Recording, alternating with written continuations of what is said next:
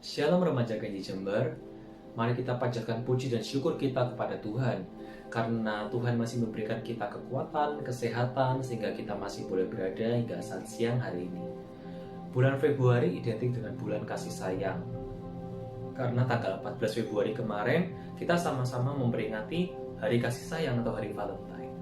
Nah, maka dari itu di minggu terakhir dari bulan ini tidak ada salahnya kalau kita masih membahas topik tentang kasih, khususnya tentang kasih Tuhan Yesus kepada kita umat manusia. Nah, teman-teman, semakin kita menjadi dewasa ya, kita itu akan semakin menjumpai banyak orang. Dan orang-orang yang kita jumpai itu biasanya memiliki tipe yang berbeda-beda, memiliki karakter yang berbeda-beda. Ada orang-orang yang memiliki karakter yang cocok dengan kita, akhirnya kita bisa bersahabat karib dengan dia.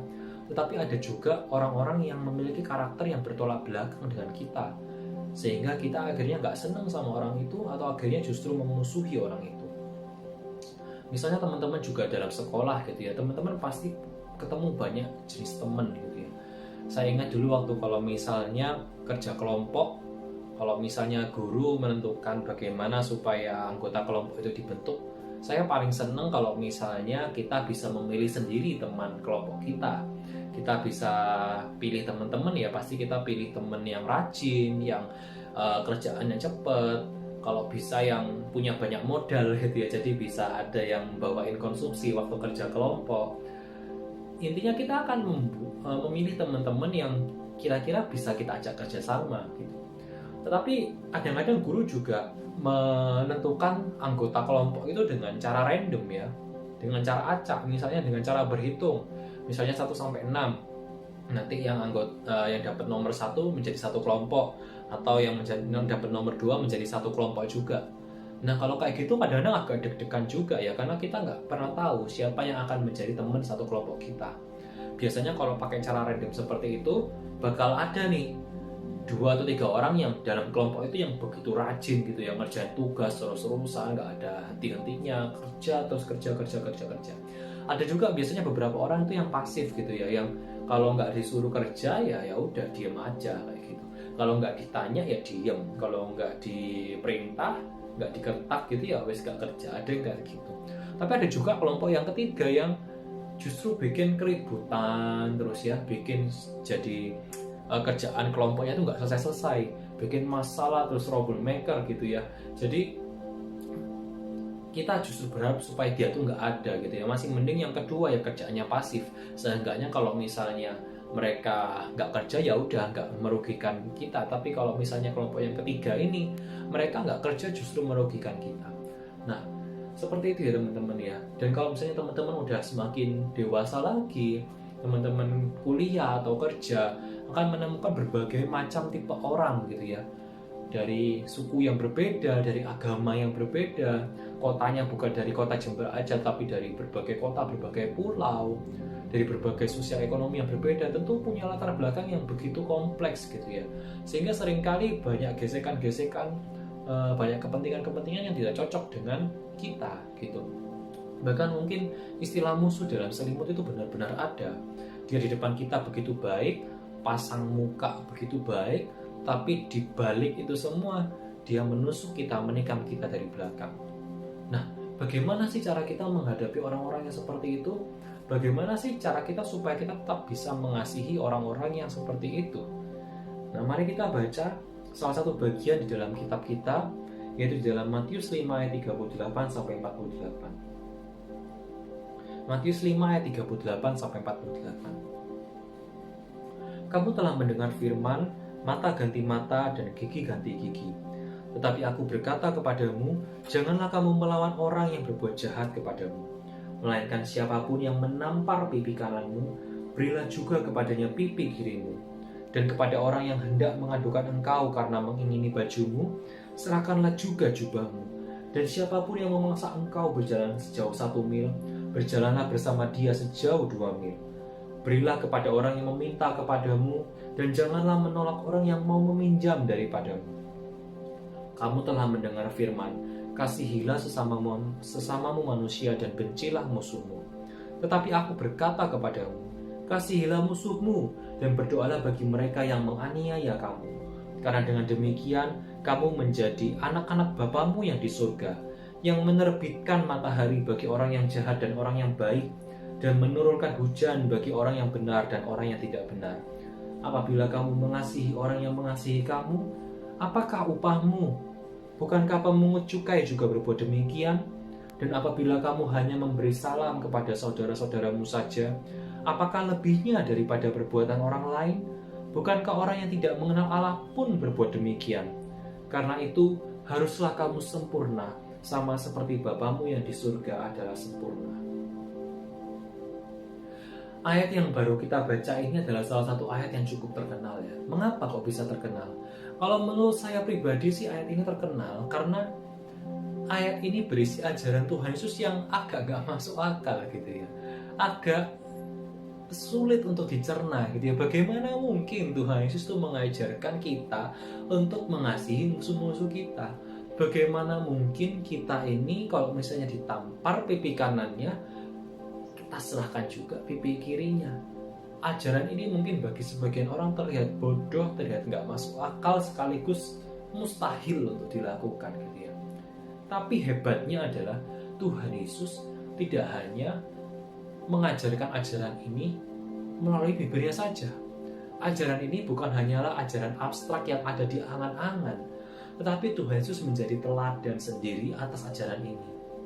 Siapa sangka gitu ya, bahwa Tuhan Yesus yang pernah menjadi manusia, dia juga seringkali menghadapi orang-orang yang membenci dia, orang-orang yang memusuhi dia. Tapi toh dia tetap mengasihi orang-orang itu. Sebut saja satu orang, satu nama, yaitu salah satu dari dalam tanda kutip murid Tuhan Yesus yang nantinya akan mengkhianati Tuhan Yesus. Siapakah dia? Ya, tidak lain dan tidak bukan adalah Yudas Iskariot. Ada beberapa hal yang menarik ya dari hubungan Yesus dengan Yudas ini. Yang pertama ya, kita kan tahu Tuhan Yesus adalah Allah yang maha tahu. Dia tahu sifat setiap orang, dia tahu perbuatan orang, apa yang ada di dalam hatinya. Berbeda dengan kita ini nggak tahu apa yang ada di dalam hati orang lain. Misalnya ada teman A yang berbuat baik kepada kita, ya kita mikir ya mungkin dia memang baik kepada kita, tapi kita tidak pernah tahu apakah dia tuh punya maksud terselubung, maksud tertentu di balik kebaikannya. Apakah dia hanya pasang topeng aja supaya terlihat baik di depan kita nggak pernah tahu. Tapi beda dengan Tuhan Yesus ini, dia tahu bahwa Yudas ini suatu saat akan mengkhianati dia. Dia tahu bahwa Yudas ini suatu saat akan menikam dia dari belakang. Tapi toh dia tetap memilih Yudas menjadi salah satu dari para rasul. Dia menjadikan Yudas sebagai rekan sepelayanannya selama kurang lebih 3,5 tahun. Dia bersama-sama dengan Yudas, musuh dalam selimut ini. Kemudian yang kedua ya, bukan hanya mempercayakan kerasulan kepada Yudas, tetapi Tuhan Yesus juga mempercayakan jabatan yang penting bagi Yudas ini. Kalau kita baca ya di ayat Yohanes 12 ayat 4-6, saya bacakan, tetapi Yudas Iskariot, seorang dari murid-murid Yesus yang akan segera menyerahkan dia, berkata, "Mengapa minyak narwastu ini tidak dijual 300 dinar dan uangnya diberikan kepada orang-orang miskin?" Hal itu dikatakannya bukan karena ia memperhatikan nasib orang-orang miskin, melainkan karena ia adalah seorang pencuri. Ia sering mengambil uang yang disimpan dalam kas yang dipegangnya. Nah, kalau kita baca di bagian ini kita akan paham gitu ya, bahwa Yudas Iskariot ini adalah bendahara. Dia memegang kas pelayanan tim Tuhan Yesus, tim pelayanan Tuhan Yesus gitu ya. Dan kita tahu juga bahwa dari ayat ini ternyata Yudas itu bukanlah orang yang jujur. Dia adalah seorang pencuri. Memang di depan Tuhan Yesus dia mengatakan hal yang baik gitu ya. Ketika ada seorang wanita yang menggunakan minyak yang mahal untuk memenyaki Tuhan Yesus, dia berkata bahwa, "Wah, sudahlah, jangan dibuang secara sia-sia seperti itu minyaknya gitu ya. Lebih baik minyaknya itu kan mahal, dijual dapat uangnya dibagi-bagikan kepada orang miskin." Nah, di depan Tuhan Yesus baik. Tapi memang Tuhan Yesus adalah Allah yang maha tahu. Dia tahu isi hati Yudas, bahwa sebenarnya dia itu adalah pencuri. Dia tidak jujur. Dia ingin mengambil uang kas dari tim pelayanan Tuhan Yesus ini. Seperti itu. Tapi toh sekali lagi Tuhan Yesus masih memberikan kepercayaan kepada Yudas untuk memegang uang itu. Seolah-olah Tuhan Yesus tuh masih ingin memberikan kesempatan kepada Yudas supaya Yudas itu bertobat, supaya dia itu mau menggunakan kesempatan yang diberikan kepada Tuhan Yesus ini untuk bertobat kembali kepada jalan yang benar gitu. Dan yang ketiga gitu ya, Tuhan Yesus juga pernah di depan para rasul menyatakan ya bahwa ada salah satu di antara mereka yang akan mengkhianati Tuhan Yesus. Tapi Tuhan Yesus juga tidak menyebutkannya secara terang-terangan. Jadi bayangkan seperti ini ya teman-teman ya. Kita itu ada satu orang yang jelas akan mengkhianati kita. Kita tahu orang itu akan mengkhianati kita. Nah tentu kita sebagai seorang manusia, refleks kita akan menghalangi supaya orang itu tidak jadi mengkhianati kita. Kita menyatakan kesalahannya, kita menyatakannya mungkin bahkan di depan umum gitu ya, biar dia nggak sampai melakukan tindakan itu kepada kita, karena tindakannya itu merugikan kita. Tetapi Tuhan Yesus ini berbeda. Dia melakukan tindakan menyatakan bahwa akan ada orang yang mengkhianati dia, tetapi dia tidak menyatakannya secara terang-terangan. Dia seolah-olah masih ingin menjaga hati Yudas, seolah-olah itu masih ingin menutupi kesalahan Yudas. Kalau kita baca di dalam Yohanes 13 ayat 28, tetapi tidak ada seorang pun dari antara mereka yang duduk makan itu mengerti apa maksud Yesus mengatakan itu kepada Yudas.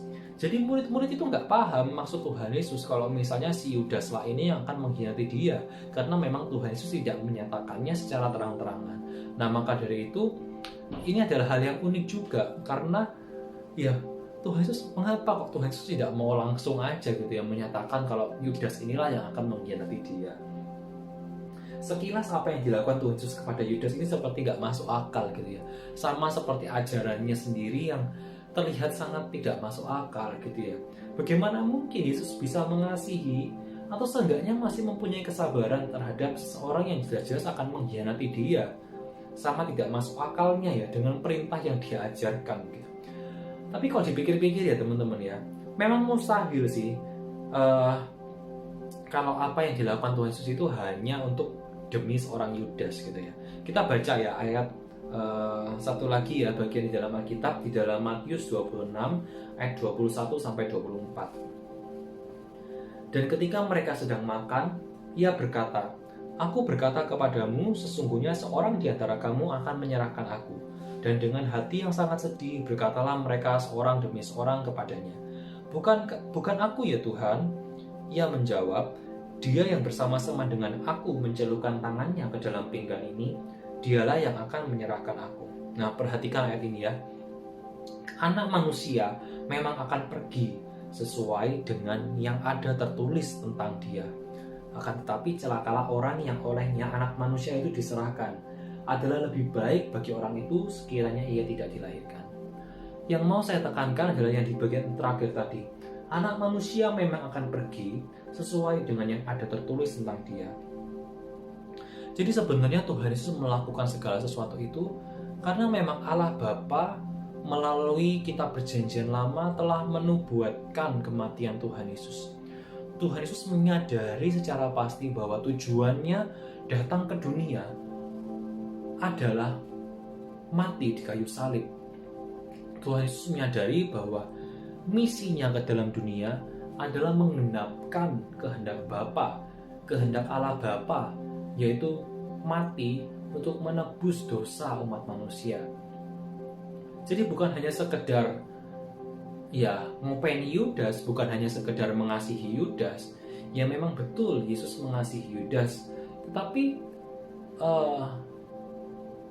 intinya, prinsipnya Tuhan Yesus melakukan hal itu karena cintanya, karena kasihnya kepada Allah Bapa. Nah sama seperti kita gitu ya. Kalau teman-teman di sini punya orang atau kenalan yang seringkali menyakiti engkau, seringkali membuat engkau sedih, membuat engkau kecewa, mari kita memandang kepada Tuhan kita. Sama seperti Yesus memandang Sang Bapa, marilah kita memandang Tuhan kita terlebih dahulu. Kita sadari ya bahwa Tuhan kita, Tuhan Yesus, Allah Tritunggal, itu telah mengaruniakan anaknya yang tunggal itu untuk mati buat kita, untuk menebus dosa-dosa kita. Di saat kita masih berdosa, di saat kita masih menjadi musuh-musuh Allah. Tetapi di saat kita masih berada di posisi musuh itu, dia sudah terlebih dahulu mengasihi kita dan mencintai kita. Nah, bagaimana mungkin kita ini tidak mau mengasihi orang-orang yang menyakiti kita? Karena Allah yang kita sembah sendiri telah menjadi teladan bagi kita. Allah yang kita sembah telah menjadi teladan, telah mengasihi kita, musuh-musuhnya. Bagaimana mungkin kita yang mengaku orang percaya kepada Tuhan tidak mau meneladani Dia dengan mengasihi musuh-musuh kita? Kemudian teman-teman, sekalipun kita menyebut orang-orang yang membenci kita itu adalah musuh kita, toh mereka itu juga sebenarnya bukan 100% musuh kita. Karena mereka itu mungkin di dalam keberdosaannya mereka tidak tahu apa yang mereka perbuat. Mereka tidak mengerti bahwa mereka itu salah. Maka dari itu sebenarnya yang harus kita lakukan adalah mendoakan mereka. Sama seperti Tuhan Yesus juga berdoa bagi musuh-musuhnya. Kita berdoa kepada mereka karena siapa tahu mungkin mereka yang jahat kepada kita itu, atau mungkin mereka yang belum mengenal Allah itu, melalui kita orang percaya yang sudah ditebus Tuhan, Tuhan memakai kita untuk membawa mereka yang belum mengenal Allah itu untuk mengenal kepada Allah. Siapa tahu kita ini menjadi alat Tuhan untuk bisa mengubahkan hidup orang. Maka dari itu sekali lagi, yang pertama mari kita melihat Allah. Allah sudah begitu baiknya kepada kita, mengapa kita tidak mau berbuat baik kepada musuh-musuh kita? Dan sadari juga yang kedua, bahwa siapa tahu melalui kita, melalui hidup kita, orang-orang itu bisa menjadi mengenal Allah. Jadi di saat engkau disakiti oleh temanmu, engkau dikhianati oleh orang-orang yang terdekat dengan kamu, jangan hanya pandang dia sebagai suatu pribadi yang begitu menyakitkan, yang begitu menyebalkan.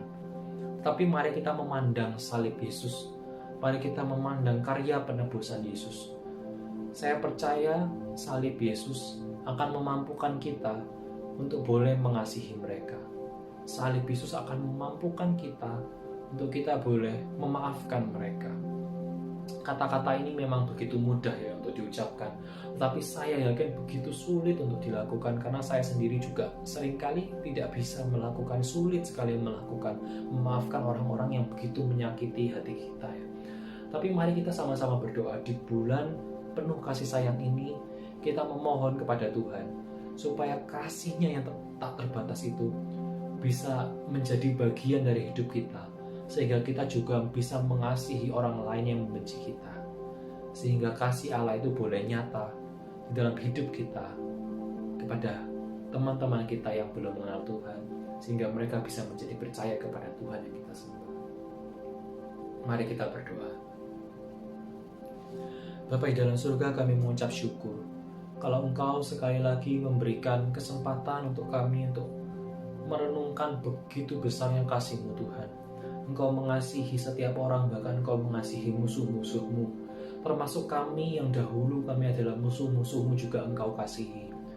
Terima kasih kalau sekarang kami boleh berubah Tuhan, dari yang semula musuh-musuh-Mu menjadi anak-anak-Mu.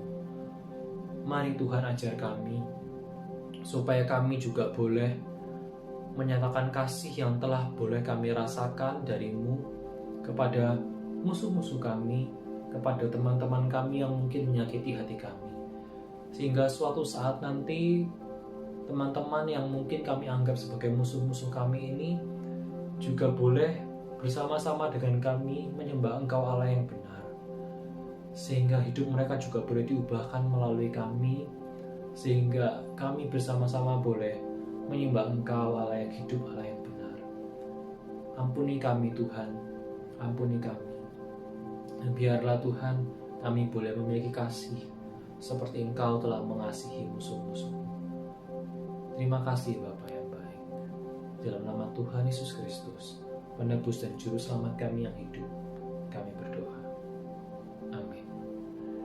Ya, terima kasih teman-teman. Semoga Tuhan Yesus memberkati kita semua. Selamat Hari Kasih Sayang. Semoga kita senantiasa merasakan kasih dari Tuhan kita Yesus Kristus. Amin.